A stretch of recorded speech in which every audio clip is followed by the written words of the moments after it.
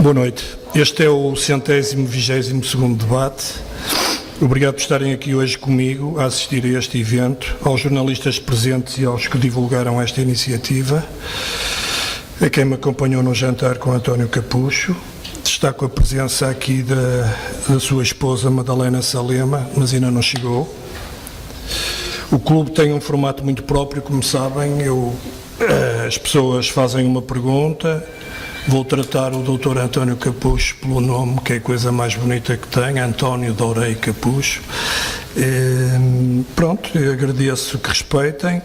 O António Capucho, não sei o que é que vai falar, mas vou-lhe dar 10 minutos de entrada e depois eu faço umas perguntas e vocês também. Agradeço que ponham os telemóveis em silêncio, não é preciso desligar. Uma inveja. Filho de António Emílio Ferreira de Mesquita, da Silva Capucho e de Maria Teresa de Almeida Dorei, bisneta de um alemão, sobrinha bisneta do primeiro Visconde de São Torquato, e é prima irmã de Mirita Casimiro, célebre artista, certo? Quando eu disser as neiras, diga. É licenciada em Organização e Gestão de Empresas, aderiu ao PSD logo no princípio, em 74, portanto fundou o partido com Sá Carneiro. É um militante 326. Eu falei no 326, depois vocês vão ver por causa do problema que tem dado o 326. E exerceu diversos cargos na secção de Castais, nomeadamente Presidente da Comissão Política, Assembleia Conselhia, tem uma vasta carreira política, foi, entre outros, Secretário-Geral Adjunto, nomeado por Sá Carneiro, ou Vice-Presidente da Comissão Política Nacional.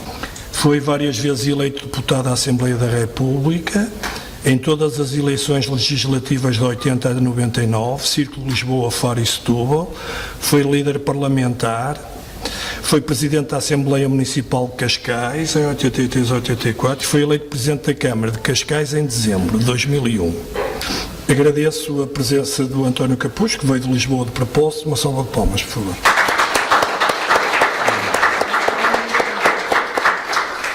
Faz favor. Muito obrigado. Eu começo por agradecer ao Clube dos Pensadores este honroso convite para mais uma vez aqui estar convosco a trocar impressões sobre a situação política e agradeço também o jantar que me proporcionou, da resenha do meu currículo que fez. De facto, eu já não exerço essas funções. É a fundação que trata dos aspectos culturais da Câmara Municipal de Cascais e, portanto, quando abandonei a Câmara ainda fiquei 3 meses ou 4 a pedir do Presidente que me substituiu, mas rapidamente saí de todos esses cargos. Bom, como só tenho 10 minutos, vou tentar deixar aqui... Vou deixar aqui um conjunto de slogans, alguns deles aparentemente muito radicais, mas que representam aquilo que resulta da minha experiência. Neste momento sou independente, ou seja, por vicissitudes históricas não faço parte de nenhum partido, pelo menos até ver, mas as considerações que eu fizer de ordem partidária, começo já com elas, têm a ver com o PSD, mas também têm naturalmente, mas têm a ver com todos os partidos democráticos. Já não se aplicam aos partidos radicais de esquerda, porque têm o seu sistema próprio. E para estes eu considero que há um déficit grave de transparência que tem que se ultrapassar rapidamente. O primeiro tem a ver com a consideração seguinte: o financiamento dos partidos é assegurado a mais de 90% pelos contribuintes. No PSD paga-se €1 por mês. Isto é escandaloso e é ridículo. Ou seja, eu entendo que os militantes têm que ter uma participação mais generosa, mais razoável no financiamento dos partidos, sob pena de, enfim, os contribuintes poderem zangar mais do que já está. Sou defensor, como era o professor Marcelo Rebelo de Sousa, mas não fez vencimento, no tempo em que ele era Presidente do Partido. É uma questão muito polémica, mas eu sou defensor da introdução da cota por género em todos os órgãos partidários, à semelhança do que já existe na Assembleia da República e nas autarquias. Escuso dizer porquê. Quanto às autarquias, isto era uma história interminável, porque a minha última experiência foi autárquica. Eu defendo que deve-se acabar a eleição da Câmara separadamente da Assembleia. É um modelo, aliás, absolutamente inédito em todo o mundo. Só em Portugal é que isto existe. O que é que se deve fazer? Exatamente o que se faz nas freguesias. Elege-se uma Assembleia e da Assembleia emana o órgão executivo. Só deve haver, portanto, um boletim de voto. É completamente falso, ao contrário do que diz a comunicação social, isto é recente, que o Marcelo Rebelo de Sousa, o nosso Presidente, tenha sido sempre contra a regionalização. No tempo ele era Presidente do Partido e eu Secretário-Geral, éramos ambos favoráveis à regionalização. E a regionalização com 5 regiões plano: Porto, Coimbra, Lisboa, Évora e Faro. Porquê é que chumbámos a regionalização? Porque o nosso amigo, ou melhor, o Sr. Fernando Gomes, que era na altura Presidente da Câmara do Porto, conseguiu convencer o partido a introduzir uma regionalização não de 5 regiões, mas de 9. Partia ao Baixo Alentejo do Alto Alentejo, criava a região do Minho, Trás-os-Montes para um lado, Alto Douro para o outro, claro, e isto era facílimo de combater a social. Notícias boas são as sondagens, há que ser mais boas, relativamente. O que eu penso não ter uma maioria. Ora bem, o PSD está a uma distância de 10 pontos percentuais do PS, mas esta distância foi reduzida a cerca de metade desde julho do ano passado, que estavam a 21% de distância. E o PS cai pela primeira vez 3 meses consecutivos, perde 3 pontos percentuais desde fevereiro. E o PSD registra nesta sondagem da Aximage a maior intenção de voto desde novembro de 2016. Eu falo na Aximage porque é a empresa de sondagem em quem eu confio. Sim. Confio porque costuma estar próximo da realidade. Mas há aqui uma redução sensível do desemprego, redução da carga fiscal direta, que é mais injusta que a indireta, mas o Costa sabe que o povo quer é o recibo do ordenado a melhorar, e não estava habituado a isso, e tem tido boas notícias das agências internacionais.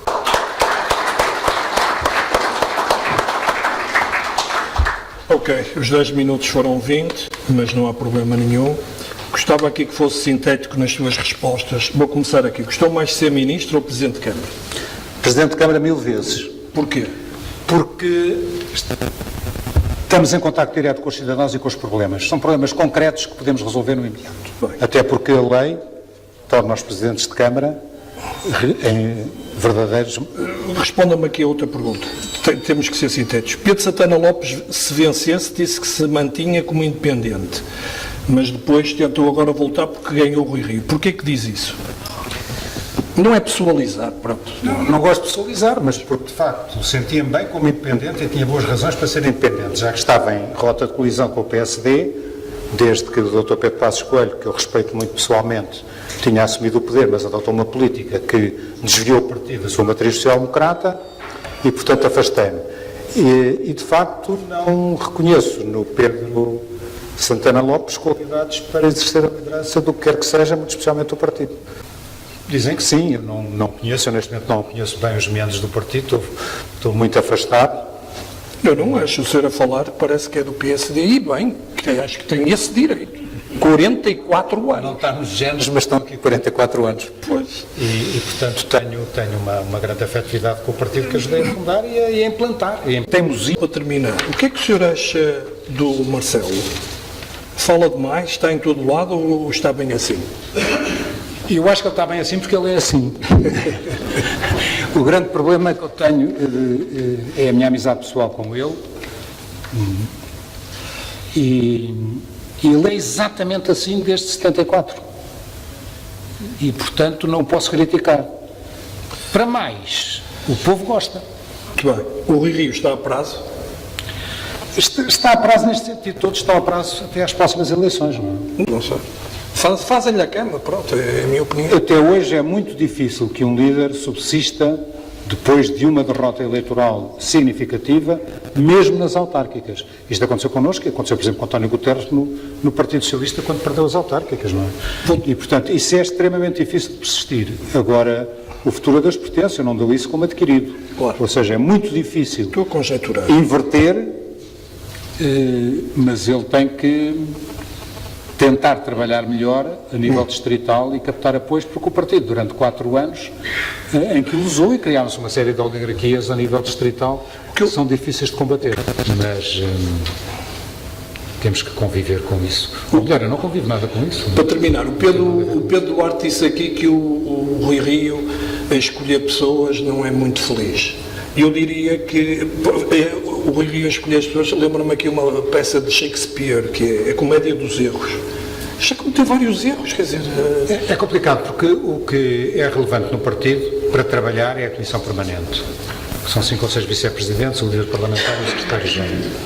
E aí, tirando as coisas do secretário-geral que teve azar, porque o rapaz tinha ali um problema, o secretário-geral tinha um problema, e é pena, porque era um tipo capaz para o exercício do cargo, aí não vejo que ele tenha grandes problemas. O problema é que depois na Quem é o secretário-geral? Não sei, não estou a ver. Agora, neste momento, é o antigo presidente da Câmara Eu sei. Não é da Covilhã? Mirandela. Mirandela. Muito boa noite. Começo por cumprimentar Joaquim Jorge e António Capucho. Sou Rogério Pires, sou militante do PSD há mais de 30 anos, com as cotas em dia sempre pagas por mim. Dirigia-me então a António Capucho. Acha que o facto de Marco Almeida, como independente, na lista da qual se candidatou em 2013 e que resultou a sua expulsão, ter sido posteriormente apoiado pelo PSD, diminuiu ou anulou a gravidade dessa atitude enquanto militante com grandes responsabilidades no partido, como vice-presidente, secretário-geral e líder parlamentar, servindo de pretexto para ter requerido a sua readmissão. Tendo atenção a esse pedido de readmissão, que razões o sustentaram e já agora se recorreu da decisão negativa da sua pretensão? Muito obrigado. Faz favor de responder. Não cabe recurso e, portanto, a decisão, o acórdão do Conselho de Jurisdição transita em julgado. Eu não pedi a readmissão no partido. É completamente diferente do que eu pedi. Os jornais, aliás, o sábado, cometem essa incorreção. O que eu pedi ao partido é que anulasse o acórdão que em 2013 me expulsou do partido. Porque me expulsou com base... Atenção, cometeu 2 ilegalidades. A primeira ilegalidade é inviabilizar a candidatura de Marco Almeida sem fundamento. Portanto, o Conselho de Justiça tinha a obrigação, em 2013, de analisar os factos. Porquê é que este senhor se candidata como independente? Candidata-se como independente porque a Distrital, que não gosta dele, e a Nacional, que também não gosta dele, inventaram que não serve. Estão doidos, com certeza, nem a falar. E não fui eu que quis, repare, não fui só eu que requeri. O meu requerimento é assinado por 18 dos 80 militantes expulsos. Segunda ilegalidade cometida. Os estatutos são claros e é uma norma normal. Quem se candidata em lista contra o partido, cessa a inscrição. Quem apoia uma lista contra o partido, cessa a inscrição. A sanção é exatamente a mesma. É uma sanção meramente administrativa. Ora, o que é que eles viram? Bom, candidatos independentes contra o partido, 2 centenas, 3 centenas, em Sintra eram 80, só em Sintra, em todo o país. Apoiantes eram mais que 1000. Comete ilegalidades não sou eu. Não diga isso, que eu fui aprovado na Conselhia, passei tudo e depois fui desaprovado. Não é bem assim. Então tem que fundamentar. Então, e a fundamentação foi esta. Não queremos o fulano. Tá bom. Porque não o controlamos. Só queremos um militante do PSD. Isso não é um partido democrático. Vamos lá, responda. Acho imensa piada, por exemplo, as pessoas estão-se a esquecer de outra coisa. O Rui Rio fez tudo. Eu gosto do Rui Rio, sou amigo pessoal, já lhe disse isto. Ele fez tudo sem participar ativamente, mas toda a gente percebeu que nunca apoiou o candidato do PSD, que levou um banho total, e tudo fez para que o Rui Moreira ganhasse. Agora, se botar assim, podes provar isso? Não, mas sinto. Vi, certo ou errado? Quem é que fez a campanha do Rui Moreira? Foi, quer dizer, faz favor. O Pedro Barreira, meu amigo, que votou em mim para eu ser candidato à Câmara de Matosinhos. Nunca deixou de ser meu amigo, considero muito. Faz favor. Muito boa noite a todos, em particular ao Dr. António Capucho, que para mim é um privilégio nesta noite poder desfrutar deste momento, de falar com um fundador do PSD, uma vez que também sou familiar de um outro fundador do PSD, já falecido entretanto. Qual? Era o Lívio França. E eu gostaria só de fazer um comentário e uma pergunta. O comentário é que concordo perfeitamente com aquela primeira intervenção que fez relativamente às inderências. Eu na Conselhia de Matosinhos e com Joaquim Jorge fomos alvo um exemplo prático dessa situação.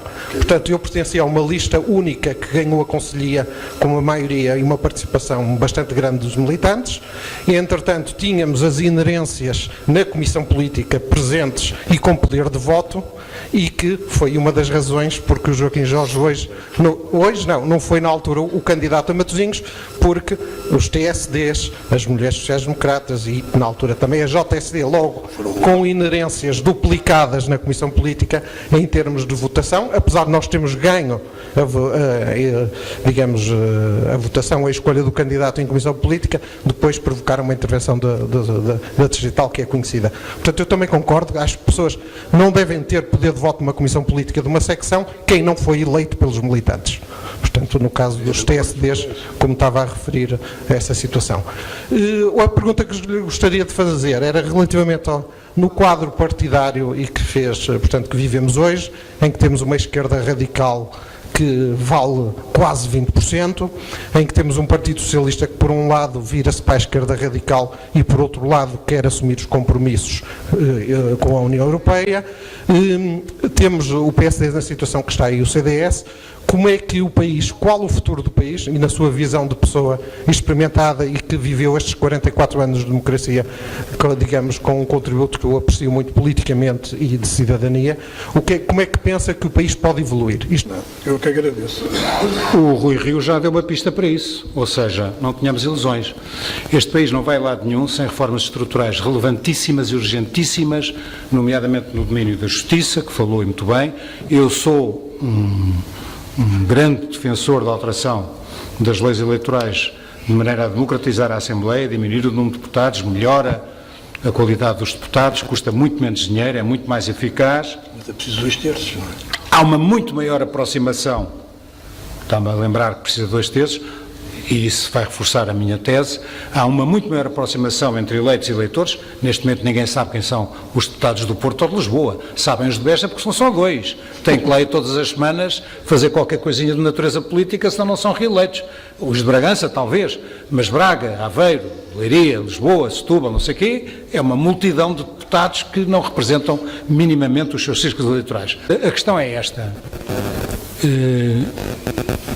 Na atual situação e na previsão que eu faço, a única hipótese de tirar o poder ao Partido Socialista e, portanto, evitar que eu possa fazer uma coligação outra vez à esquerda, porventura apenas com o Bloco de Esquerda, que é o que eu gostaria e é o que o Bloco de Esquerda gostaria, e vai se tornar insuportável a maneira de estar e a maneira de criticar continuamente e cada vez com maior incidência do Partido Comunista, era através de outra coligação à direita. E eu sou de centro-esquerda, considero-me social-democrata de gema, nunca me queiram os parentes na lama de fazer coligações com o centro-direita, com o CDS, com gente boa do CDS, nomeadamente no tempo do Freitas e do Adelina Mar da Costa e do Lucas Pires, etc. Continuei a defender essa solução, porque sem essa solução não vamos a lado nenhum, fica 2%. Muito bem. Vou terminar, já estamos satisfeitos. Não sei se os jornalistas depois querem falar com o António Capuz. Vamos ter um debate no dia 11, eu gostava muito que viessem, não sei. Eu sei que faço muitos debates, mas tenho que fazer, que isto tem que ter uma cadência, senão dizem que o clube acabou e não é fácil ter uma pessoa como o António Capuz disponível. Veio de Cascais para aqui, não sei, são mais de 600 km. 300. 300 e depois não tem que voltar. Não, amanhã volto.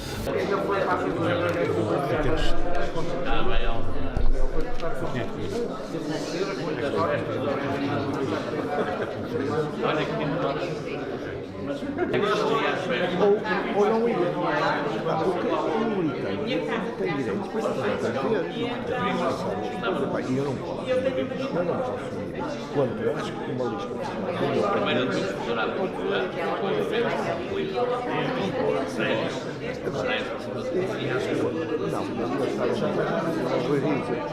fazer muita coisa e esses inimigos que e mesmo em Cascais que apoiaram outros candidatos